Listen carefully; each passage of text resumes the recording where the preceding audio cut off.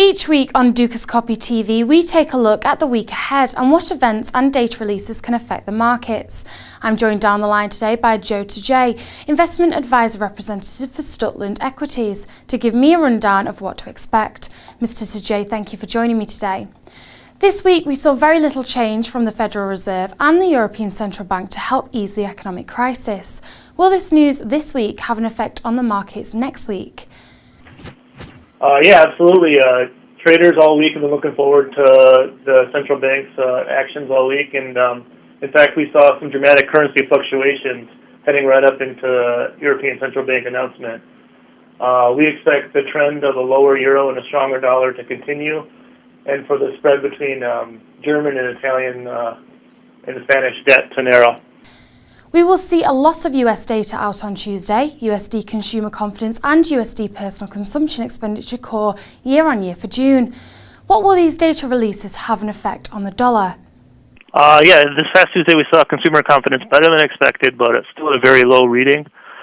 Typically this would result in a stronger US dollar, but the way that central banks are acting and all the focus from traders is really being put on what they're doing and how the bond markets are reacting. So very little attention is put on these confidence numbers, and more on how many euros and dollars traders are expecting to be pushed into the market by central banks.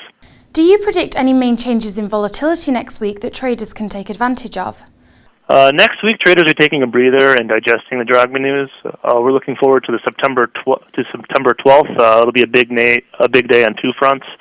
The German High Court will be ruling on the legality of the ECB buying government debt, and Apple is rumored to release its highly anticipated iPhone 5.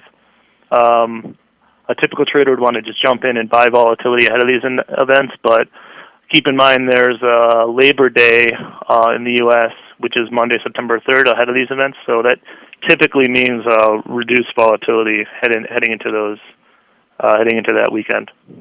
On Wednesday, Chinese manufacturing PMI is out for July.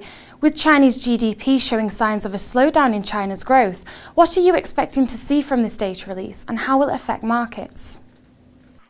China's June PMI reading came in at 50.1, showing a narrow expansion for the manufacturing sector. The HSBC manufacturing PMI was reported at 49.3, up 1.1 month over month. The report is widely watched and suggests the Chinese economy might be near or closing in at a bottom. It's an inflection point where we could see a turnaround for GDP in China. On the other hand, in Europe, European, Spanish, and Italian PMIs came in better than expected, while French, German, and British PMIs all missed, confirming that there could be a slowdown in the European core.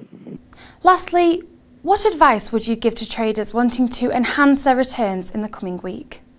As always, just stay conservative and stay hedged. This is a news-driven environment in which you have to actively manage your positions. The Stutland Volatility Group actively manages portfolios with a proactive approach.